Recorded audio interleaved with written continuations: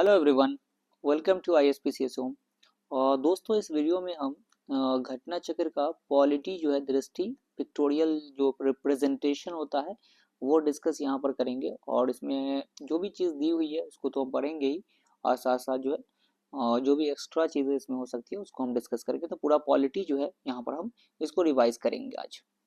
तो आइए शुरू करते हैं। तो ये है, आप देख सकते हैं यहाँ पर जो है president, vice president, prime minister. तो यहाँ पर दिया हुआ जैसे लोकसभा के बारे में कितने मेंबर हैं टोटल 550। मिनिमम एज कितना चाहिए 25 ईयर्स, टेन्योर 5 ईयर्स का होता है। काउंसिल ऑफ स्टेट, राज्यसभा जिसको कहते हैं हम लोग, हाउस ऑफ पीपल भी कहते हैं लोकसभा को। तो इसमें मैक्सिमम जो मेंबर है 250, 30 ईयर्स मिनिमम चाहिए आपको। और टेन्योर इसका मेंबर का 6 ईयर्स का होता है। विधानसभा वैसे ही, तो इसके जो मेंबर्स होते हैं वो 60 कम से कम 60 होने चाहिए और ज़्यादा से ज़्यादा 500 से ज़्यादा नहीं। मिनिमम एज इसका भी 25 ईयर्स है और टेन्योर 5 ईयर्स है। और विधान परिषद, लेजिस्लेटिव काउंसिल, जो कि 6 स्टेट में आपको देखने को मिलेगा।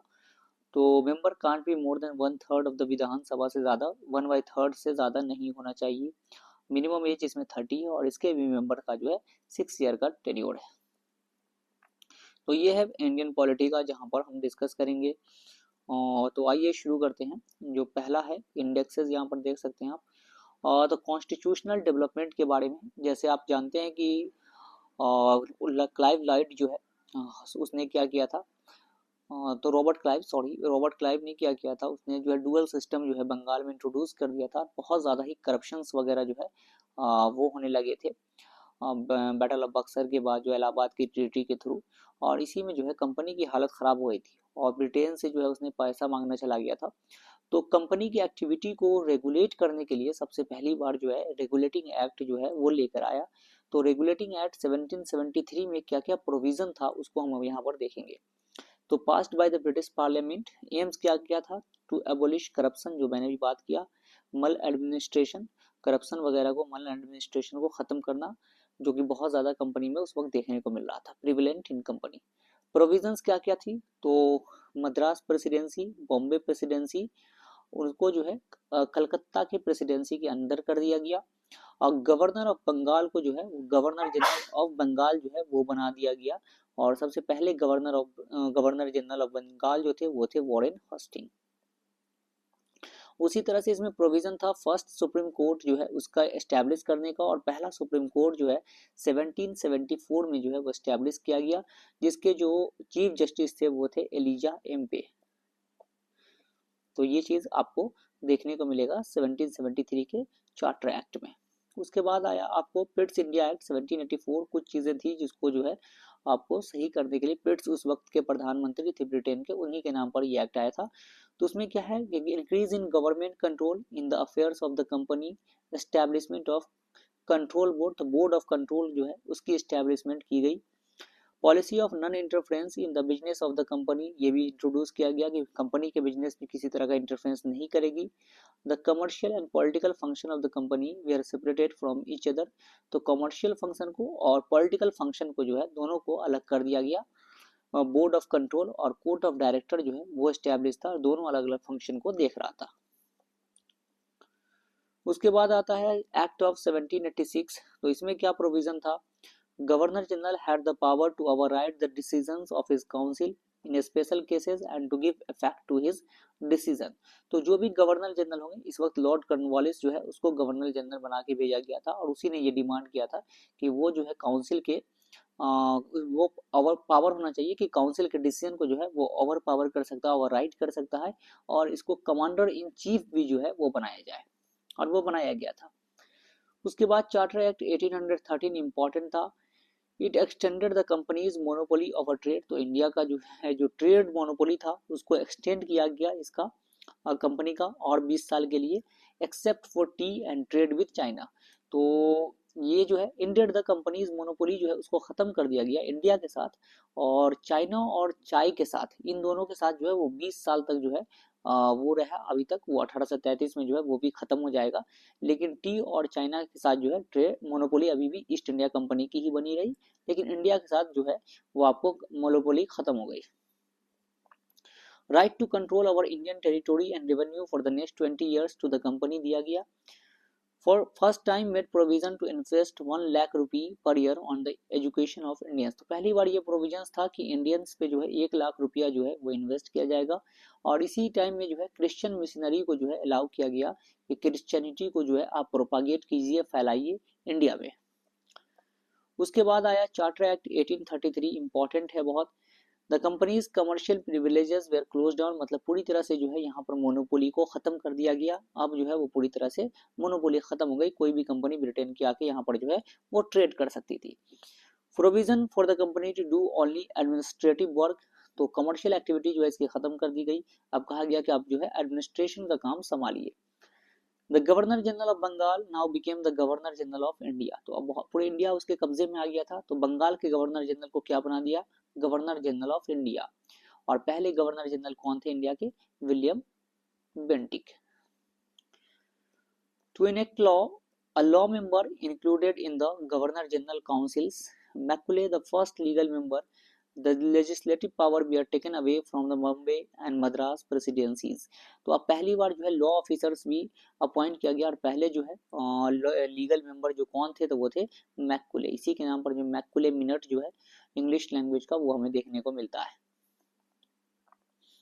नेक्स्ट है चार्टर एक्ट ऑफ 1853। इसमें क्या था, salaries of the members of the board of control and others officers would be, तो जो भी सैलरी होगी इन लोगों की बोर्ड ऑफ कंट्रोल और जो ऑफिसर होगी उनकी फिक्स कर दी गई बाय गवर्नमेंट, और गवर्नमेंट के द्वारा जो है फिक्स किया गया। Finance was given by company, और ये फाइनेंस कौन देगी, कंपनी जो है देगी, और उससे जो है सैलरी दिया जाएगा। नंबर ऑफ डायरेक्टर्स जो है वो उसको घटा दिया गया, कितना से कितना, 24 से 18 कर दिया गया। और 6 मेंबर जो है वो नॉमिनेट हो गए, क्राउन जो है उनको नॉमिनेट करेगा। उसके बाद आता है गवर्नमेंट ऑफ इंडिया एक्ट 1858, बहुत इंपॉर्टेंट था क्योंकि 1857 के युद्ध के बाद, 1857 के रिवोल्ट के बाद जो है ये एक्ट आया था। So the control of Indian administration जो है पूरी तरह से किसको दे दी गया, taken away from the company and given to the British crown, तो पावर का पूरा तरह से ट्रांसफर हो गया, कंपनी से लेकर जो है क्राउन को दे दिया गया। Secretary of state for India जो है वो अपॉइंट किया गया पहली बार। Board of directors, board of control, all vested rights of both were given to the secretary of the state for India, और इनको जो है सारी राइट बोर्ड ऑफ कंट्रोल और कोर्ट ऑफ डायरेक्टर दोनों की दे दी गई सेक्रेटरी ऑफ स्टेट को। New name of governor general of India जो है वो दिया गया, क्या दिया गया, वायसराय। और वायसराय क्या होते थे, direct representative of the British crown in India, इसीलिए वाइस टू द रॉयलिटी, इसीलिए वायसराय जो इनको कहा गया। और पहले वायसराय कौन थे, लॉर्ड कैनिंग जो है पहले वायसराय बने। Acts under the rule of the British crown के अंडर में कौन कौन एक्ट आया, तो सबसे पहला है इंडियन काउंसिल एक्ट 1861। इसमें क्या पावर था, the power of viceroy to promulgate ordinances in emergency, तो इमरजेंसी जो है वो सबसे चीज की ऑर्डिनेंस पावर जो है वो वायसराय को दिया गया कि इमरजेंसी सिचुएशन में वो ऑर्डिनेंस इशू कर सकते हैं। The maximum period for the ordinance was in force 6 month, तो ऑर्डिनेंस का जो मैक्सिमम पीरियड था वो 6 महीने का रहेगा।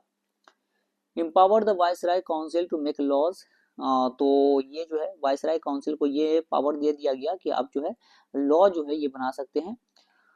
लॉर्ड कैनिंग जो थे वो डिपार्टमेंटल सिस्टम के थे। Expansion of the viceroy executive council जो है उनको जो है एक्सपेंड किया गया, बढ़ाया गया।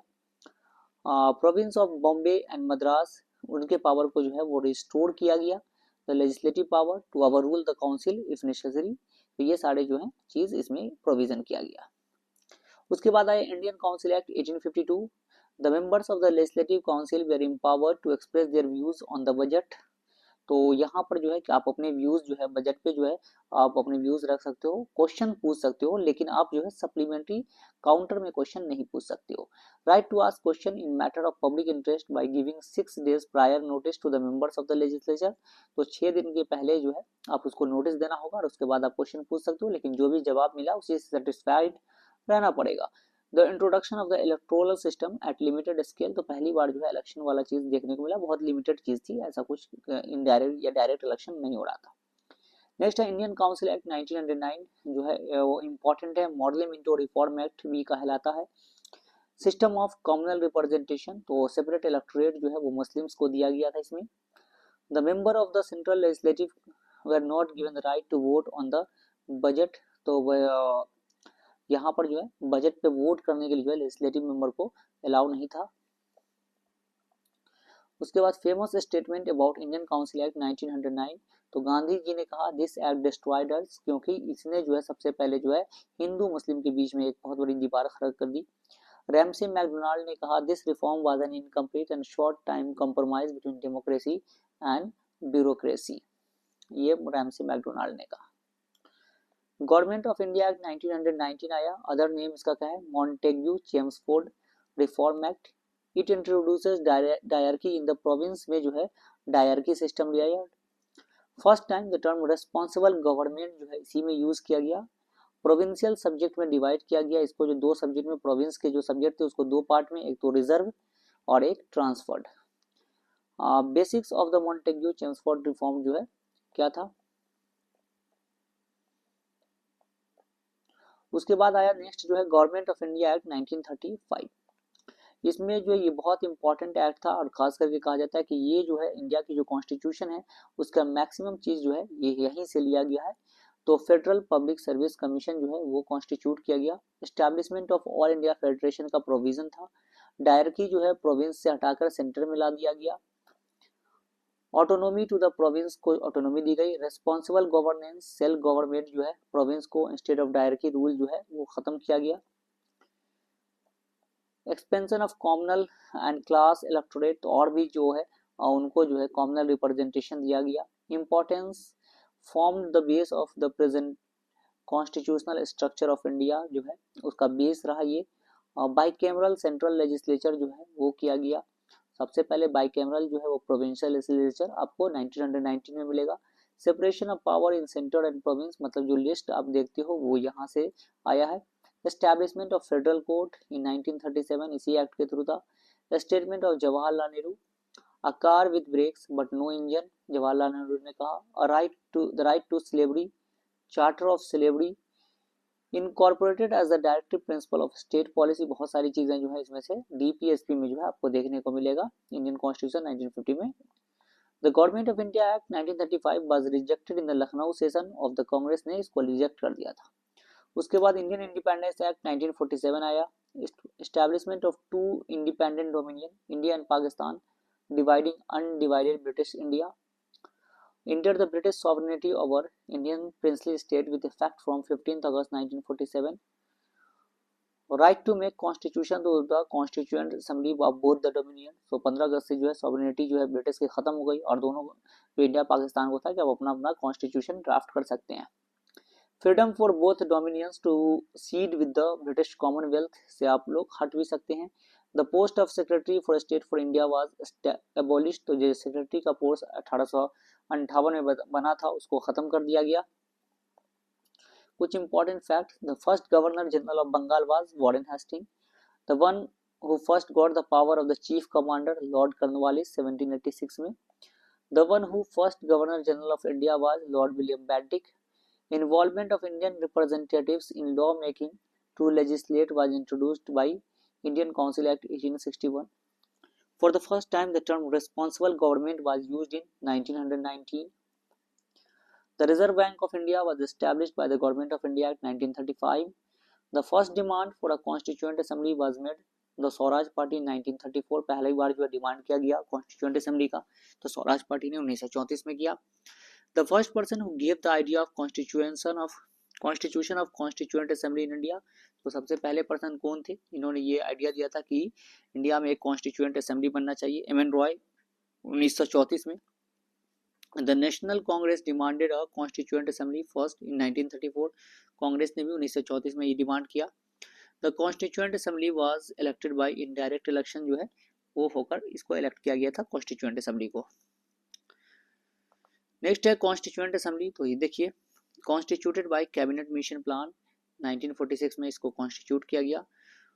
The constitution of India was prepared by the constituent assembly which was constituted by the cabinet mission plan, तो ये कॉन्स्टिट्यूएंट असेंबली ने ही हमारे कॉन्स्टिट्यूशन को ड्राफ्ट किया है जो कि कैबिनेट मिशन प्लान के थ्रू बनाया गया था।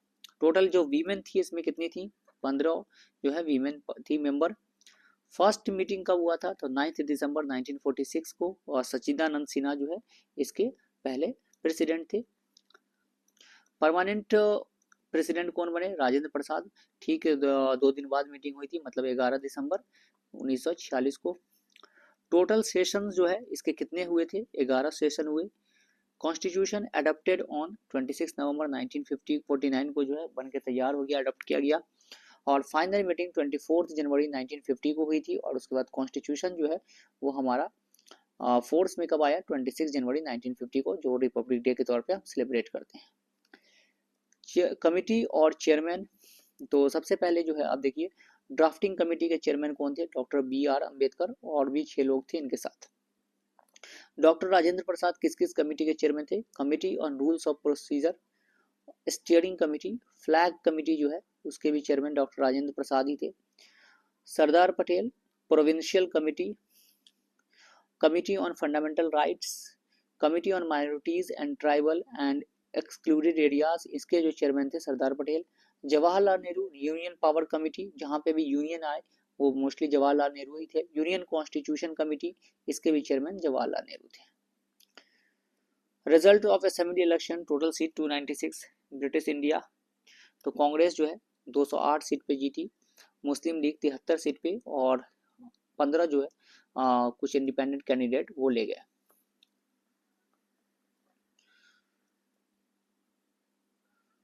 और यहाँ पर एग्जाम विजन है, the one who presided the first meeting of the constituent assembly, अभी हमने डिस्कस किया, doctor Sachchidanand Sinha. Jawaharlal Nehru propose the objective resolution on 13 दिसंबर 1946 को जो है इन्होंने ऑब्जेक्टिव रेजोल्यूशन जो है इंट्रोड्यूस किया था, और यही बाद में जाकर प्रियम्बल जो है आप देखते हो उसी का फॉर्म जो है ये है। Election to be constituent assembly were held in July August 1946। The interim government of India was formed, interim government जो बनी थी तो वो 2 सितंबर 1946 को बनी।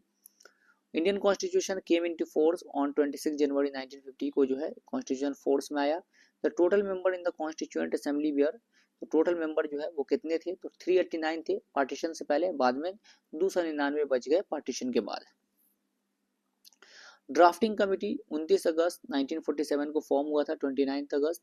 टोटल मेंबर 7 है इंक्लूडिंग चेयरमैन। BR अम्बेडकर जो है वो चेयरमैन थे, और इसमें जो है पर मेंबर कौन थे, NG अयंगर, गोपाला स्वामी अयंगर, अलादी कृष्णा स्वामी अय्यर, KM मुंशी, मोहम्मद सादुल्ला, BL मित्रा और DP खतान। बाद में जो है आपको BL मित्र को रिप्लेस कर दिए थे माधव राव, और TT कृष्णाचारी ने DP खतान को रिप्लेस कर दिया था।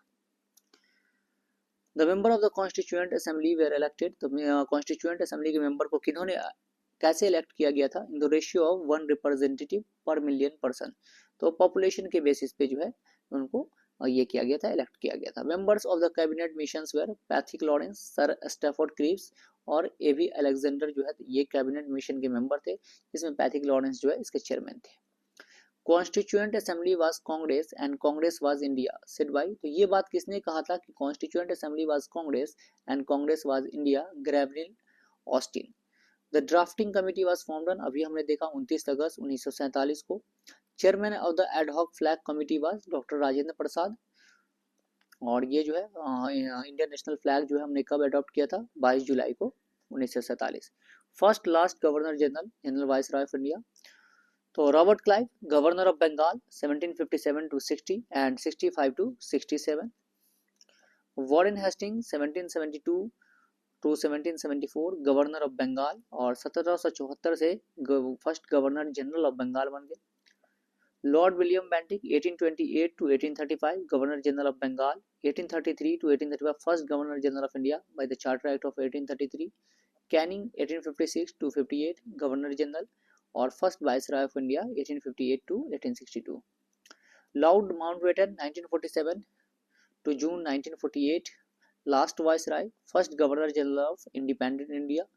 सी Rajagopalachari 1948 June 1948 to January 1950 first and last Indian governor general of independent India. तो पहले और आखिरी जो है गवर्नर जनरल थे आजाद भारत के। Important facts of constituent assembly, तो पहली मीटिंग कब हुई, 9 दिसंबर 1946। टेम्पोररी प्रेसिडेंट कौन थे, डॉक्टर सच्चिदानंद सिन्हा। परमानेंट प्रेसिडेंट कौन बने, डॉक्टर राजेंद्र प्रसाद। कॉन्स्टिट्यूशनल एडवाइजर कौन थे हमारे, BN राव साहब थे। Time taken in the making of the constitution, तो टोटल कितना वक्त लगा कॉन्स्टिट्यूशन बनाने को, 2 साल 11 महीना और 18 दिन। डिबेट ऑन ड्राफ्ट 114 दिन 114 डेज जो है डिबेट किया गया ड्राफ्ट पे। टोटल एक्सपेंडिचर जो हुआ 63,96,729 रुपीज जो है आपको खर्चा हुआ कॉन्स्टिट्यूशन को ड्राफ्ट करने में, 63,96,729 रुपीज। टोटल मीटिंग जो है वो 3 टाइम्स जो है ये मीटिंग हुई। कॉन्स्टिट्यूशन कब अडॉप्ट किया गया तो 26 नवंबर 1949, और फोर्स में कब आया कॉन्स्टिट्यूशन तो 26 जनवरी 1950। इंटरिम गवर्नमेंट जो बनी थी आपको उसमें जो है पोर्टफोलियो किनका क्या था, कौन सी मिनिस्ट्री जो है किनको मिली थी, तो Jawaharlal Nehru external affairs and Commonwealth relation, ये जो है जवाहरलाल नेहरू देख रहे थे। Vallabh Bhai Patel home information and broadcasting, C Rajagopalachari education, Liaquat Ali finance, Jogendra Nath Mandal law, Abdul Rab Nishtar post and air, doctor Rajendra Prasad food and agriculture, और Homi C H Bhabha work mines and power, Baldev Singh defence, I Chundrigar commerce. Sources of the Indian constitution, तो हमारे constitution के सोर्स जो है कहाँ से क्या चीज जो है हमने अपने कॉन्स्टिट्यूशन में लिया है, तो major portion of Indian constitution is borrowed from the government of India act 1935 and constitution of many other countries of the world. Major portion जो है हमने 1935 के एक्ट से लिया है और भी बहुत सारे देशों से अलग अलग चीज लिया है। तो यूएसए से हमने क्या लिया है, प्रियम्बल। जुडिशियल रिव्यू जो है हमने वहीं से लिया है। इंडिपेंडेंस ऑफ जुडिशियरी, हमारा जो जुडिशियरी है वो इंडिपेंडेंट हो, इंटीग्रेटेड हो, ये हमने अमेरिका से लिया है। Fundamental right, office of vice president की ऑफिस जो है, procedure of impeachment of president, ये भी हमने वहीं से लिया है। इक्वल ब्रिटेन से क्या लिया हमने, पार्लियामेंट्री फॉर्म ऑफ गवर्नमेंट, तो प्रेसिडेंशियल नहीं लिया हमने, पार्लियामेंट्री लिया। और ये कहाँ से लिया है, ब्रिटेन से। Rule of law, cabinet system, single citizenship, US में कैसा है, डुअल सिटीजनशिप है। Bicameral legislature, law making procedures, parliamentary privileges, prerogative writs, तो रिट्स भी हमने यहाँ से लिया है। उसके बाद रशिया से क्या लिया हमने, fundamental duties, ideal of justice in preamble, तो ये जो है हमने आपको जस्टिस का जो आइडियल्स है हमारे प्रियम्बल में, सोशल इकोनॉमिक और पॉलिटिकल, ये हमने यूएसएसआर से लिया है। फंडामेंटल ड्यूटीज भी। ऑस्ट्रेलिया से हमने क्या लिया है, joint sittings of both the houses of the parliament, joint sitting जो करते हैं लोकसभा राज्यसभा को बैठाते हैं एक साथ। Language of the preamble, freedom of trade commerce and intercourse, ये जो है हमने ऑस्ट्रेलिया से लिया। कंकरेंट लिस्ट इंपॉर्टेंट है, ये भी हमने ऑस्ट्रेलिया से लिया है।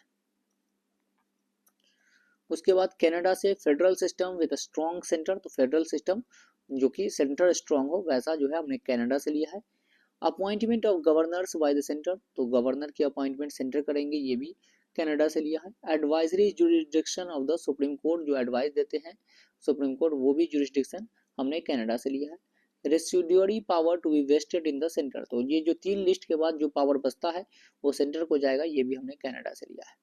आयरलैंड से डीपीएसपी सबसे important. Method of election of president का इलेक्शन कैसे किया जाएगा, ये nomination of some members in the Rajya Sabha में जो नॉमिनेशन होता है मेंबर्स का अभी जो है वो कैसे करते हैं, 12 मेंबर का नॉमिनेट करते हैं president. From south Africa, procedure of constitutional amendment 368 article, ये हमने लिया है। Election of members of the Rajya Sabha के मेंबर्स का इलेक्शन कैसे होगा, ये भी हमने लिया है। जापान में procedure established by the law, procedure established by the law. Equal protection of law, ये हमने अमेरिका से लिया है। इक्वालिटी बिफोर लॉ हमने ब्रिटेन से लिया है। Exam vision, it is supreme in the Indian political system, that is, तो सब जो हमारा पॉलिटिक्स है, हमारा जो इंडिया जो है वहाँ सबसे सुप्रीम क्या है, तो वो है constitution. The provision related to emergency was borrowed from, तो इमरजेंसी वाला जो प्रोविजन है वो कहाँ से लिया है, तो वीमर कॉन्स्टिट्यूशन ऑफ जर्मनी से। A provision that has been made from the governor to reserve the bill for the consideration of the president from the constitution of Canada से हमने लिया है, गवर्नर जो बिल को रिजर्व कर लेते हैं। The world first written constitution is, तो पहला रिटन कॉन्स्टिट्यूशन वर्ल्ड का क्या है, यूएसए। और पहला अनरिटन कॉन्स्टिट्यूशन कौन है, तो वो है ब्रिटेन का कॉन्स्टिट्यूशन। और सबसे लंबा रिटन कॉन्स्टिट्यूशन अगर पूछा जाए वो कहाँ का है, तो वो भारत का है, प्रियम्बल। प्रियम्बल जो है ऑब्जेक्टिव रेजोल्यूशन जो जवाहरलाल नेहरू ने इंट्रोड्यूस किया था 13 दिसंबर 1946 को, उसी पर बेस है। और इसको अडॉप्ट कब किया गया था? 22 जनवरी 1947 को अडॉप्ट कर लिया था कॉन्स्टिट्यूएंट असेंबली ने। तो ऑब्जेक्टिव्स क्या क्या है प्रियम्बल के? तो मेन एलिमेंट है sovereign, socialist, secular, democratic Republic जो है भारत है, पहले ये सोवरेन डेमोक्रेटिक रिपब्लिक था, सोशलिस्ट और सेकुलर बाद में ऐड किया गया 42nd अमेंडमेंट के through.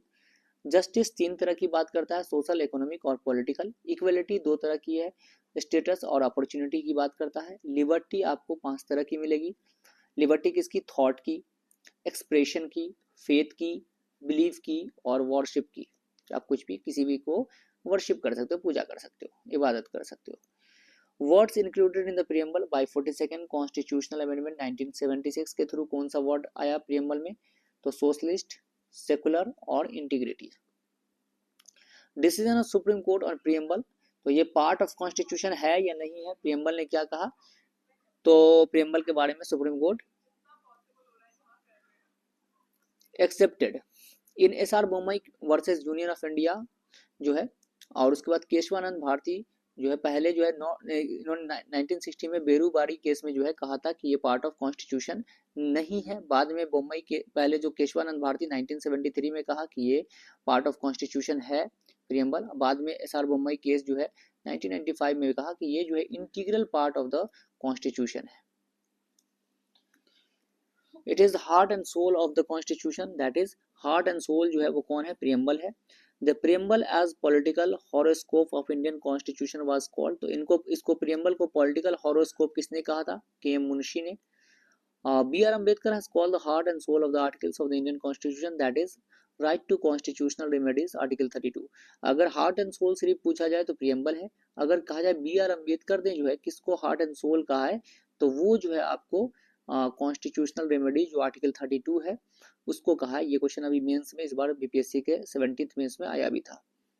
Constitution that has been called a pious paper, तो सैक्रेड पेपर, पायस पेपर, ये किसने कहा था? तो बी आर अम्बेडकर ने कहा था। प्रियम्बल यहाँ पर दिया हुआ है, इसको आप देख सकते हैं। शेड्यूल्ड एंड देयर सब्जेक्ट, अलग अलग शेड्यूल में क्या क्या सब्जेक्ट है? टोटल हमारे पास 12 शेड्यूल है। तो फर्स्ट शेड्यूल क्या कहता है? स्टेट्स एंड यूनियन टेरिटोरीज की बात करता है। पहला शेड्यूल के भारत में जो स्टेट है और यूनियन टेरिटोरी है उसकी बात करता है। Second schedule the provisions relating to allowance, privilege, emoluments of presidents of India and others, तो सेकेंड शेड्यूल जो है वो आपको एमलमेंट, सैलरी वगैरह की बात करता है। Third schedule it contains the forms of oath and affirmation, तो ओथ वगैरह के बारे में बात करता है third schedule. Fourth schedule allocation of seats in the Rajya Sabha to the states and the union territories, तो राज्यसभा में कितनी सीटें होंगी स्टेट की, ये बात करता है फोर्थ शेड्यूल। फिफ्थ शेड्यूल करता है बात, it contains provision relating to the administration and control of scheduled areas and scheduled tribe, तो एससी एसटी जो है ये एरिया जो है उसके बारे में फिफ्थ शेड्यूल बात करता है। सिक्स्थ शेड्यूल में आपको क्या मिलेगा? It contains provisions relating to the administration of tribal areas in the state of Assam, Meghalaya, Tripura and Mizoram. तो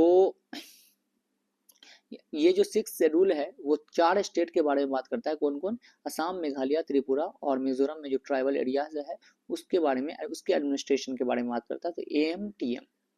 seventh schedule the schedule deals with the union state and concurrent legislative list, तो ये 3 लिस्ट है उसकी बात करता है seventh schedule. Eighth schedule language recognized by the constitution, तो जो टोटल 22 कॉन्स्टिट्यूशनल लैंग्वेज है उसकी बात करता है। Ninth schedule validation of certain acts and regulation, ये पहला शेड्यूल भी ऐड हुआ था, जो आपको नाइन्थ शेड्यूल जो है वहाँ जो है पहला फर्स्ट कॉन्स्टिट्यूशनल अमेंडमेंट के थ्रू ऐड किया गया था। Tenth schedule disqualification on the basis of defection, तो डिफेक्शन वाला जो लॉ है 52nd अमेंडमेंट के थ्रू आया था। 11th schedule provision related to panchayat 73rd amendment, और 12th schedule provision related to municipality 74th amendment act. Governance system जो है वो कैसा है, क्या क्या होता है उसके बारे में, जो सबसे ओल्डेस्ट फॉर्म था तो कैसा था? मोनार्की था। रूलर कौन होते थे? किंग होते थे। पोस्ट कैसा होता था? हेरिडेटरी होता था, उसी का बेटा बनता था। Source of power king himself, सारा पावर जो है किंग के पास कंसंट्रेशन होता था।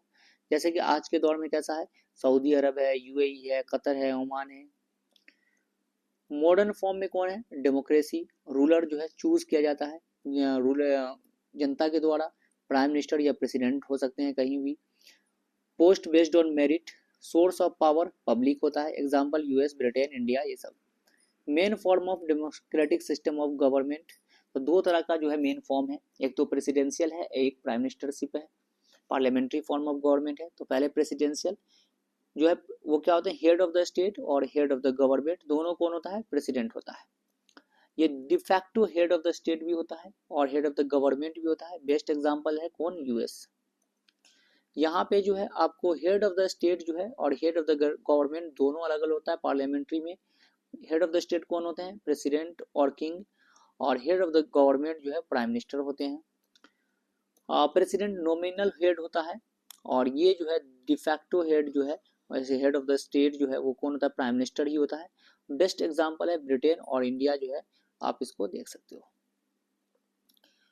Important element of state, state के 4 एलिमेंट हैं, ये होना ही चाहिए तभी कोई जो है जगह स्टेट कहलाएगा। एक तो सॉवरेनिटी होना चाहिए, कोई भी एक्सटर्नल प्रेशर नहीं, वो आज़ाद हो। पॉपुलेशन हो उसकी एक, डेफिनेट टेरिटोरी हो, कुछ एरिया हो, और गवर्नमेंट हो, कोई भी तरह का किसी भी तरह का कॉन्स्टिट्यूशन हो, गवर्नमेंट हो जो फॉलो करती हो। एग्जाम विजन देखते हैं, तो another name of the parliamentary system of government is the cabinet form of government. तो पार्लियामेंट्री सिस्टम को कैबिनेट फॉर्म ऑफ गवर्नमेंट भी हम कहते हैं।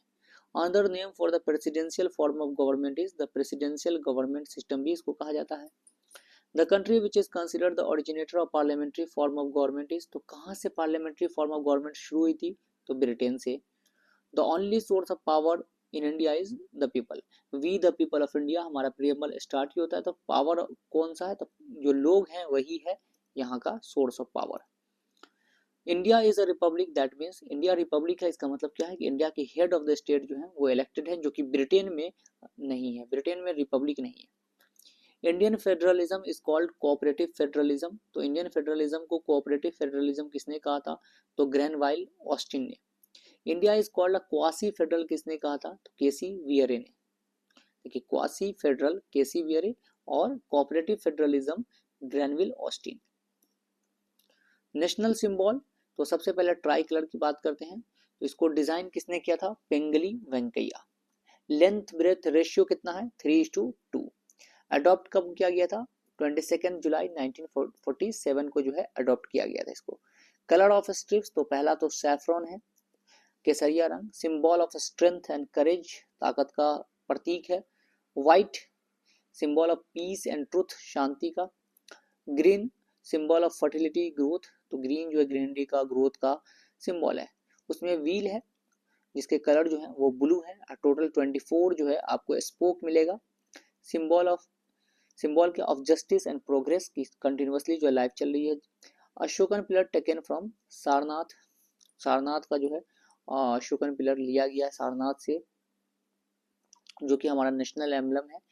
तो state emblem lion capital of Ashoka, जो कि सारनाथ से है। उस पर वर्ड नीचे लिखा गया सत्यमेव जयते, और ये वर्ड कहाँ से लिया गया, मुंडका उपनिषद से। सारनाथ पिलर को कब अडॉप्ट किया था, 26 जनवरी 1956 को। नंबर ऑफ लायंस उसमें कितने हैं, 4। एम्बलम इंस्क्राइब्ड और क्या क्या है, बुल है, मिड अशोका व्हील, और लेफ्ट में हॉर्स है। नेशनल एंथम जन गण मन फ्रॉम गीतांजलि, रविन्द्रनाथ टैगोर ने इसको लिखा था, और ये अडॉप्ट किया गया था 24 जनवरी 1950 को। पहली बार जो है इसको गाया गया था 27 दिसंबर 1911, कलकत्ता सेशन जब हुआ था कांग्रेस का। प्लेइंग टाइम जो है 52 सेकेंड है। और national song Vande Mataram from Anand Math, Bankim चंद्र चटर्जी जो है इन्होंने लिखा था, और ये भी अडॉप्ट किया गया था 24 जनवरी 1950 को। पहली बार जो गाया गया था 1896 में कांग्रेस के सेशन में। रहमतुल्लाह सियानी जो है इसके प्रेसिडेंट हुआ करते थे। नेशनल कैलेंडर, तो ये जो है हमारा शक एरा पे बेस है, विद द ग्रेगोरियन कैलेंडर। शक संबंध जो है स्टार्ट किया था आपको कुशान रूलर ने, कनिष्क ने। ऑन 22 मार्च 1957 को जो है अडॉप्ट किया गया। पहला मंथ जो है वो चैत्र है और लास्ट मंथ जो है वो फाल्गुन है। अदर नेशनल एम्बलम, तो नेशनल एलिमेंट को टाइगर है। नेशनल बर्ड पीकक मोर। नेशनल फ्लावर लोटस कमल। नेशनल हेरिटेज एनिमल, तो वो कौन सा है, elephant, national aquatic animal Gangetic dolphin, national fruit mango, national currency rupees और नेशनल ट्री बनियान ट्री है। नेशनल डेज और फेस्टिवल क्या क्या है? रिपब्लिक डे 26 जनवरी, इंडिपेंडेंस डे 15 अगस्त, गांधी जयंती 2 अक्टूबर। नेशनल रिवर कौन है? गंगा। कब डिक्लेयर किया गया था? 2008 में।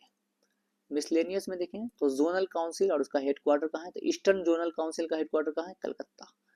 वेस्टर्न जोनल काउंसिल का हेडक्वार्टर कहाँ है? मुंबई। सेंट्रल जोनल काउंसिल का हेडक्वार्टर कहाँ है? प्रयागराज, जो पहले इलाहाबाद जाना जाता था। नॉर्दर्न जोनल काउंसिल का हेडक्वार्टर कहाँ है? New Delhi. Southern zonal council का हेडक्वार्टर कहाँ है? चेन्नई। तो ईस्टर्न का बंगाल, वेस्टर्न का मुंबई, सेंट्रल का इलाहाबाद, नॉर्दर्न का न्यू दिल्ली और साउदर्न का Chennai. States and its union territories. Major princely state merge in India. तो कौन कौन प्रिंसली स्टेट जो है कब मर्ज किया गया? Jammu and Kashmir 26 October 1947 by merger letter. Hyderabad 17 सितंबर 1948 by police action operation polo 17 सितंबर 1948। Merger of Junagadh 9 November 1947। Control the government of India at the request of the nawab's council. 20 फरवरी 1948 को रेफरेंडम हुआ और 20 जनवरी 1949 मर्ज्ड इन सौराष्ट्र में मर्ज कर दिया गया। रेफरेंडम यहाँ पे किया गया था। इंडियन कॉन्स्टिट्यूशन के पार्ट्स हम देख रहे हैं। तो part 1 union and it's territory की बात करता है और कहाँ से कहाँ तक? Article 1 to 4। सेकेंड पार्ट जो है वो सिटीजनशिप की बात करता है 5 to 11। Third part fundamental right 12 to 35 Magna carta भी कहा जाता है। Fourth part DPSP 36 to 51 article. Part 4A fundamental duties article 51A। Part 5 the union में आ जाता है और 52 to 151 आर्टिकल जो है कवर करता है। इसमें कौन कौन चैप्टर है? एग्जीक्यूटिव है, तो एग्जीक्यूटिव कहाँ से कहाँ तक है? 52 to 78। सेकेंड चैप्टर है पार्लियामेंट जो कि 79 से 122।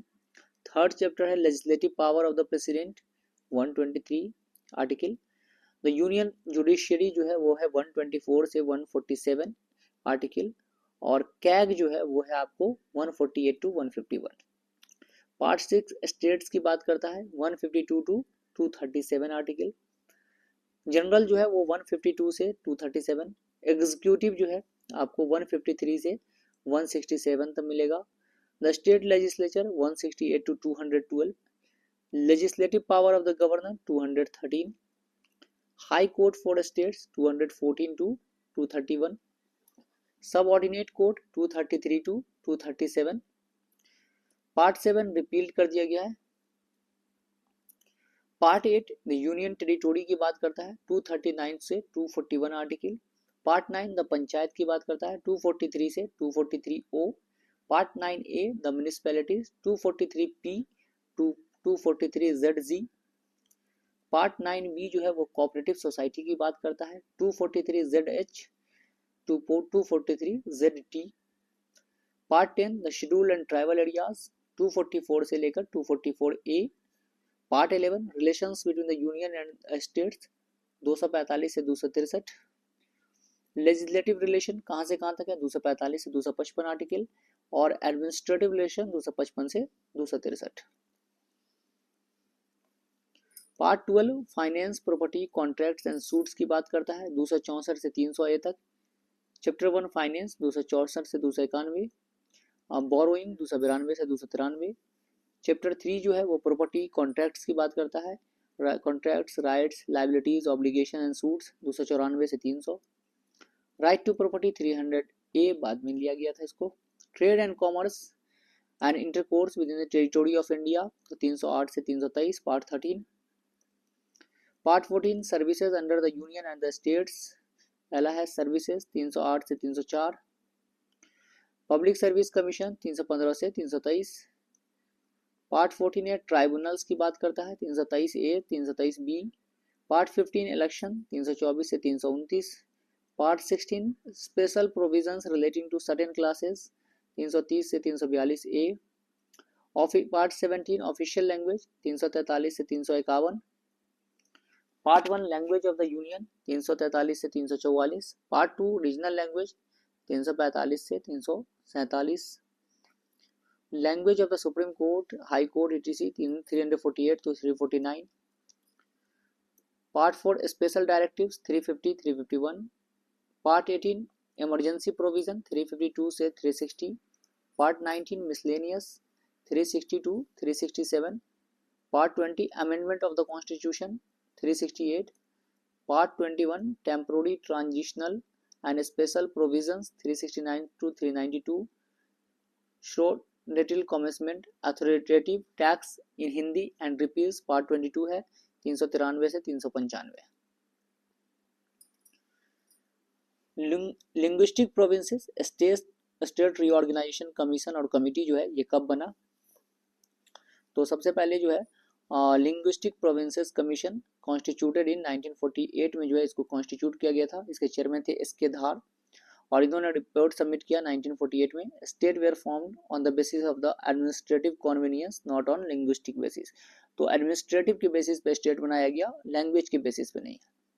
उसके बाद जेबीपी कमेटी आया कब? इन 1948. जवाहरलाल नेहरू, वल्लभ भाई पटेल, पत्तावी सीतारामैया कमेटी और इन्होंने रिपोर्ट सबमिट किया 1949 में. और रिकमेंडेशन इन्होंने भी रिजेक्ट कर दिया लिंग्विस्टिक बेसिस पे स्टेट फॉर्म करने के लिए. उसके बाद जो है स्टेट रीऑर्गेनाइजेशन कमीशन आया. फिर जो है उसके पहले फॉर्मेशन स्टेट रीऑर्गेनाइजेशन कमीशन 1953 में फजल अली कमीशन जो है, फजल अली कमीशन भी कहते हैं इसको, यही चेयरमैन थे. इसमें मेंबर थे के एम पनिकर और एच एन खुंजरू. रिपोर्ट इन्होंने 1955 में दिया और उसके बाद इन्होंने स्टेट रीऑर्गेनाइजेशन लिंग्विस्टिक बेसिस पे कहा कि स्टेट बना दीजिए. आंध्र प्रदेश बना 1 अक्टूबर 1940. Instantaneous formation. The demise of Potti Sri Ramulu after 56 days long hunger strike. तो 56 दिन तक जो है ये भूख हड़ताल पर चले गए थे potty Sri रामालू.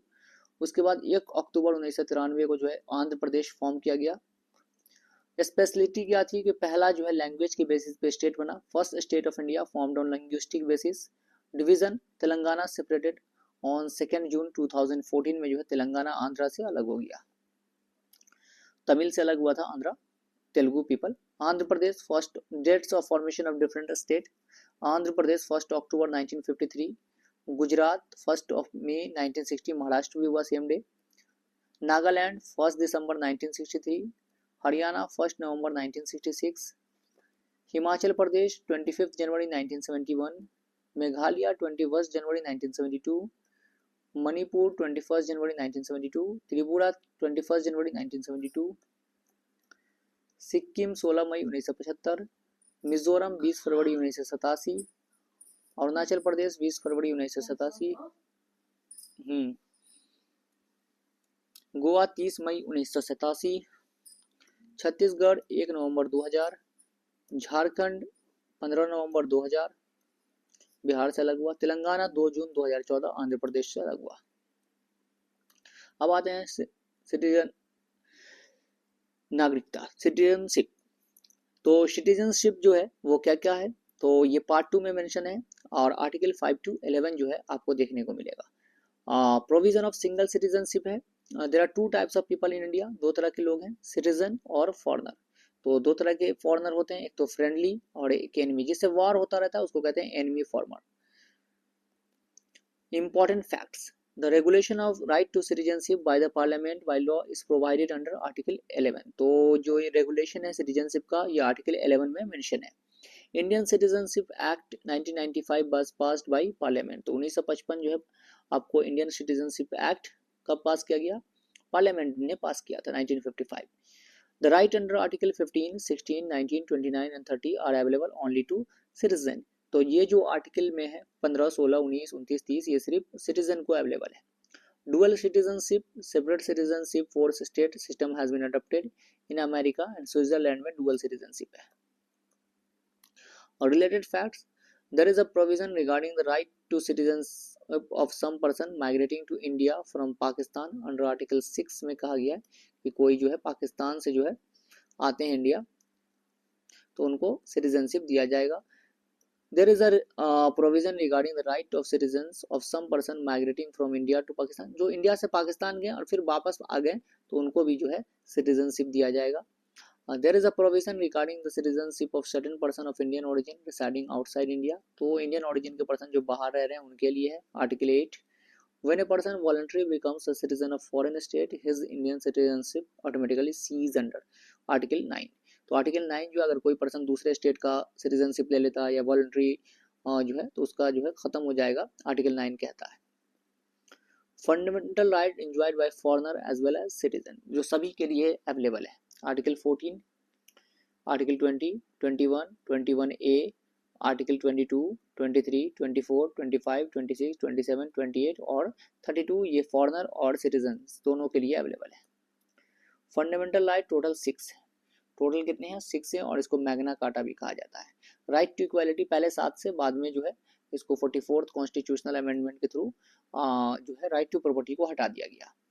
Right to freedom article 19 to 22, right against exploitation 23 से 24, right to freedom of religion 25 से 28, cultural and educational right 29 to 30, right to constitutional remedies 32।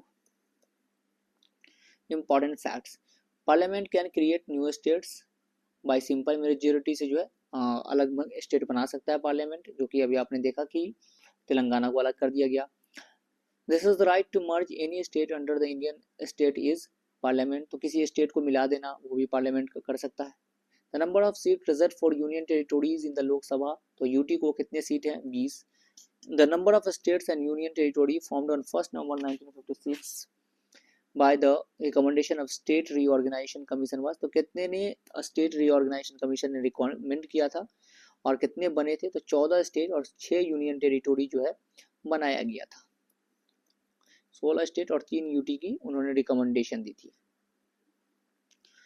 To make related to laws citizenship is by parliament, तो India में citizenship से related laws कौन बनाता है? Parliament. Citizenship is mention in the Indian constitution under article 5 to 11 part 2। The Indian citizenship provide for the citizenship, single citizenship की बात करता है। यूएस में कैसा है? Dual citizenship. According to the Indian Citizenship Act 1955, to obtain Indian citizenship by registration, a person of Indian origin has to reside in India। अगर registration के through कोई पर्सन सिटीजनशिप लेना चाहता है तो 1955 में क्या मेंशन है? कितने दिन रहना पड़ेगा? Since 5 year. Acquiring, determination and termination of Indian citizenship, कैसे आप इंडियन सिटीजनशिप ले सकते हो और कैसे आपका जा सकता है? तो एक्वायरिंग जो है कैसे ले सकते हैं? बाय बर्थ, उसके बाद आप पैदा यहाँ हुए हो। बाय डिसेंट, आपके माँ बाप यहाँ से हैं। बाय रजिस्ट्रेशन के थ्रू आप ले सकते हो। नेचुरलाइजेशन के थ्रू ले सकते हो। बाय इनकॉर्पोरेशन ऑफ टेरिटोरी, या फिर किसी टेरिटोरी को एक्वायर्ड किया जाए, जैसे कि सिक्किम को एक्वायर्ड किया गया तो वहाँ पे जो लोग थे वो ऑलरेडी इंडिया के सिटीजनशिप बन गए। कैसे कैसे ले सकते हैं? ब्रांड, बी से बर्थ, आर से रजिस्ट्रेशन, ए से एक्वायरिंग टेरिटोरी, एन से नेचुरलाइजेशन और डी से डिसेंट। जा कैसे सकता है आपका सिटीजनशिप? टर्मिनेशन ऑफ सिटीजनशिप, आप किसी ऐसे एक्टिविटी में इन्वॉल्व है तो वहां से आपका सिटीजनशिप टर्मिनेट कर दिया जाएगा। ऑन रिनंशिएशन ऑफ सिटीजनशिप, आप छोड़ देते हो तो डिप्राइवेशन ऑफ सिटीजनशिप, आप किसी और का भी ले लेते हो तो आपका सिटीजनशिप से यहाँ के डिप्राइव कर दिया जाएगा। सिटीजनशिप अमेंडमेंट एक्ट 2019 जो है वो कब आया? तो 10 जनवरी 2020 को जो है फोर्स में आया। Act will provide citizenship to, किस किस को ये प्रोवाइड करेगा? तो माइनॉरिटीज अफगानिस्तान, पाकिस्तान, बांग्लादेश, इनकी जो माइनॉरिटीज होगी उसको जो है ये सिटीजनशिप देने की बात की गई है। कौन कौन? Hindu, Sikh, Buddhism, Jain, Parsi, Christian. Fundamental right, right to education was made a fundamental right under article 21A, तो राइट टू एजुकेशन RTE जो है फंडामेंटल राइट बनाया गया। कब बनाया गया? 86th कॉन्स्टिट्यूशनल अमेंडमेंट एक्ट 2002 के थ्रू, और कहाँ मेंशन है? आर्टिकल 21A में। Freedom of the press is implicit, freedom of the press की बात कहाँ पर है? Article 91A। Maneka Gandhi case 1978 deals with the extension of fundamental right guaranteed under article 21। तो ये जो है आपको 1978 में मेनका गांधी जो केस आया था तो आर्टिकल 21 का उसमें relation. Wearing kirpan by the Sikh is considered a part of religious freedom, article 25। तो कृपान जो रखते हैं सिख वगैरह, उन आर्टिकल 25 के थ्रू उनको अलाउ है। Protector of fundamental rights are, fundamental right का प्रोटेक्टर कौन है? सुप्रीम कोर्ट और हाई कोर्ट, आर्टिकल 32 और 226। Important articles related to the citizenship. Article 5 citizenship at the commencement of the constitution. Citizenship जो है, जो लोग कौन सिटीजन होंगे जब ये जो कॉन्स्टिट्यूशन बन रहा है उस टाइम में जो यहाँ थे। आर्टिकल 6 जो पाकिस्तान से इंडिया आए। आर्टिकल 7 जो पाकिस्तान से ही इंडिया आए और फिर इंडिया से पाकिस्तान गए और पाकिस्तान से इंडिया आ गए फिर वापस। आर्टिकल 8 जो है इंडियन ऑरिजिन जो बाहर रहते हैं उसके बारे में कहता है। आर्टिकल 9 के आपका सिटीजनशिप कैसे जा सकता है, क्या लिया जा सकता है उसकी बात करता है। और 11 जो है पार्लियामेंट के पास पावर है कि वो सिटीजनशिप से रिलेटेड लॉज जो है वो रेगुलेट कर सकता है। फंडामेंटल राइट्स कहाँ से लिया है, यूएस से। कहाँ मेंशन है, पार्ट 3 12 से 35। पहला क्या है 14 से 18 में, right to equality, right to freedom, right against exploitation, right to freedom of religion, cultural and educational right and right to constitutional remedies. Article 21 important बहुत है। तो आर्टिकल 21 जो है उसका क्या क्या स्कोप है, क्या क्या है, तो कहता है सबसे पहले no person shall be deprived of his life और personal liberty except according to procedure established by the law. तो किसी भी पर्सन को जो है लाइफ से या पर्सनल लिबर्टी से जो है ये नहीं किया जा सकता, डिप्राइव नहीं किया जा सकता है और लॉ के अकॉर्डिंग जो है उनको किया जा सकता है। Govind versus state of Madhya Pradesh, Kharak Singh versus state of UP, उसमें क्या आया था article 19(1)(d), right to free movement throughout territory of India got the right of privacy when it was merged with the article 21 life to life. तो 19(1)(d) जो है right to freedom movement, इसको जो है right to privacy कर दिया गया। Important cases related to article 21, तो A.K. Gopalan versus state of Madras 1950, Maneka Gandhi versus union of India 1978। So prohibition is possibly on the basis of fair and justified case of life and personal liberty. The major rights: right against solitary confinement, right to a speedy trial, right against putting stick fetters in feet, right to good roads, right to reputation, right against sexual harassment of women at workplace, right against delay in execution of death sentence, right against violence in custody, ये सब जो है right दिया गया है।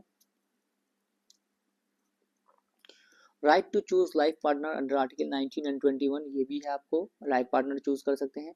The right to life live a life of dignity include the right to die in dignified manner, तो ये भी जो है आपको इसमें मेंशन है।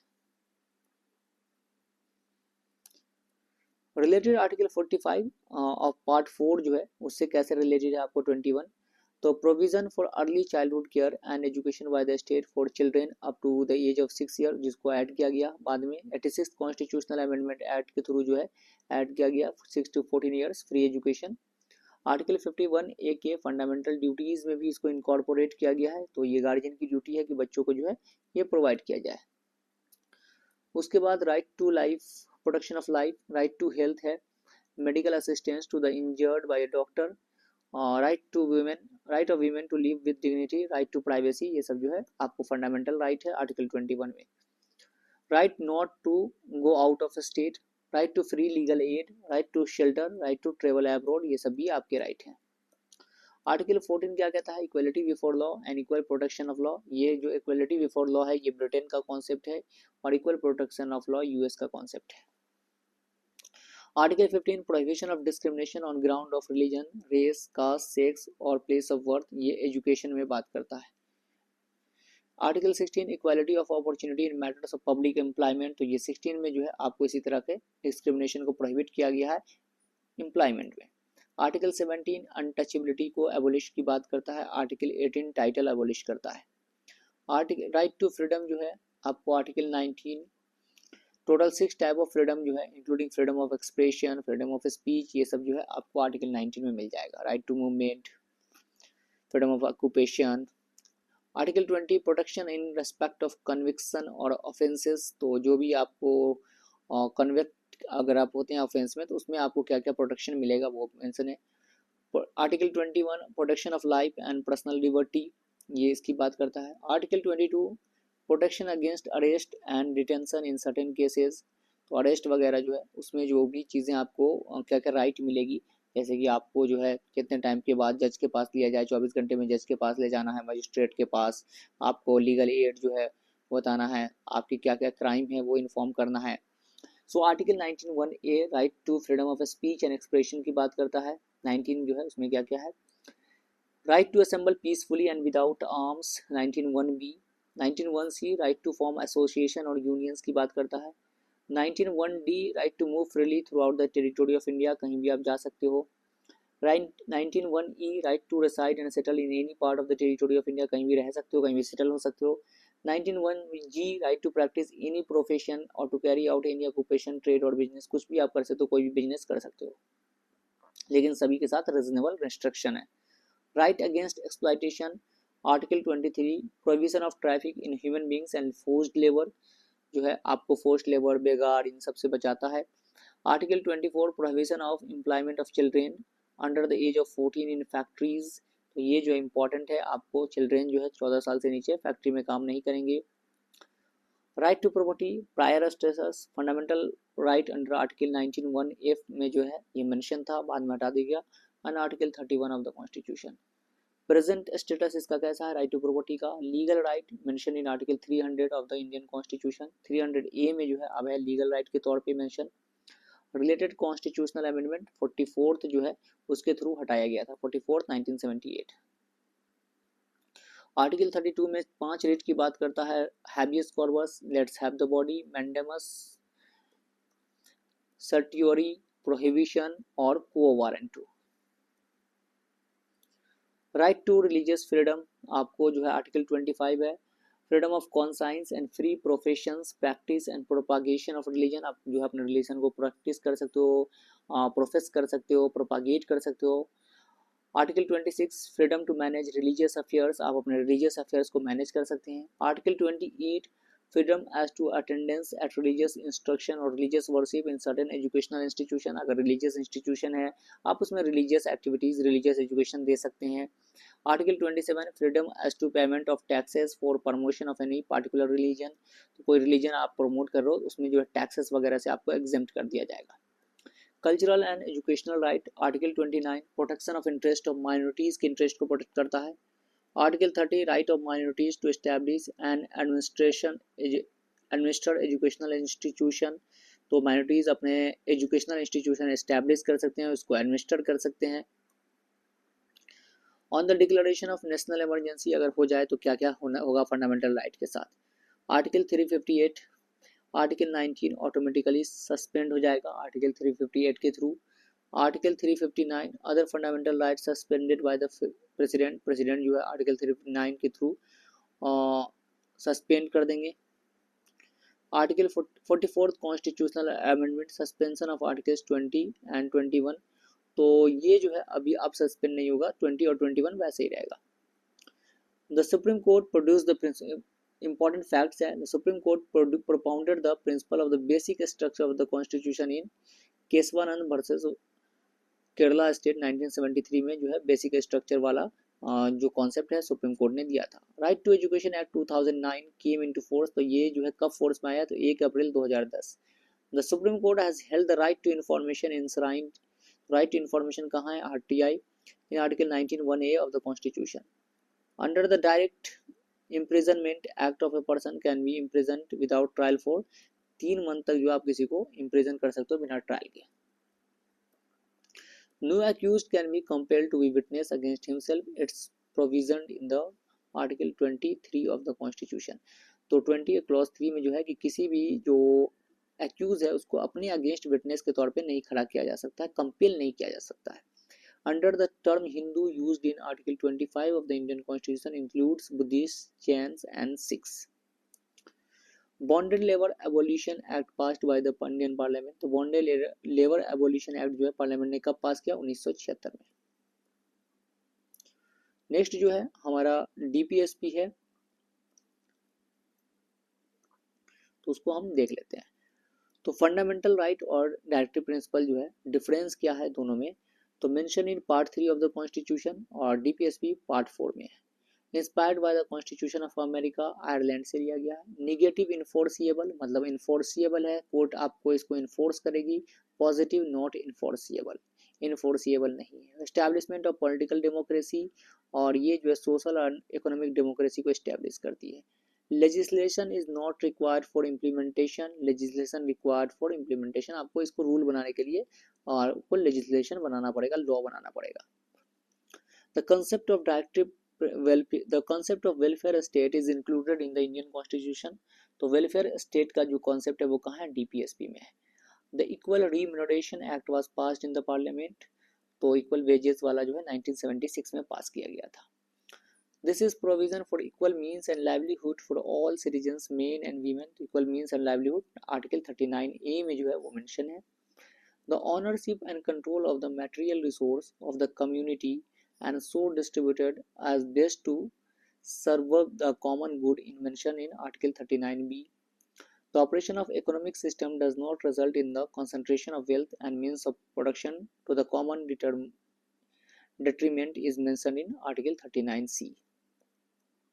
Important facts: there is an equal pay for equal work for both men and women is mentioned in Article 39D में mention है, equal pay for equal work. The number of fundamental duties added by the 42nd Constitutional Amendment Act 10, बाद में एक और add किया गया।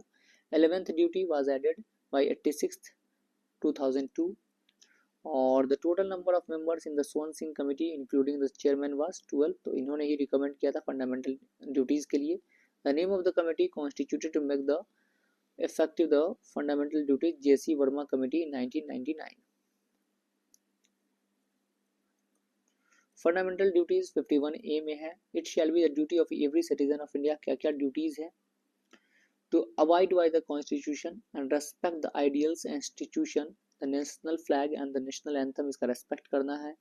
The cherish and follow the noble ideals which inspired our national struggle for freedom, तो जो हमारे Nobel ideas थे जिसकी वजह से हमें फ्रीडम मिला।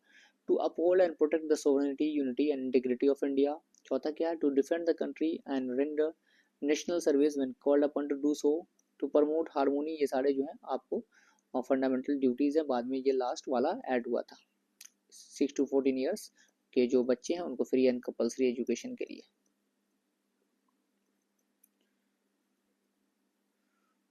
टोटल नंबर कितने हैं, 11 है fundamental duties inspired by the constitution of Russia, mention in part 4A under article 51A by Swaran Singh committee ने रिकमेंड किया था, और इसमें जो है added by 42nd constitutional amendment act 1976।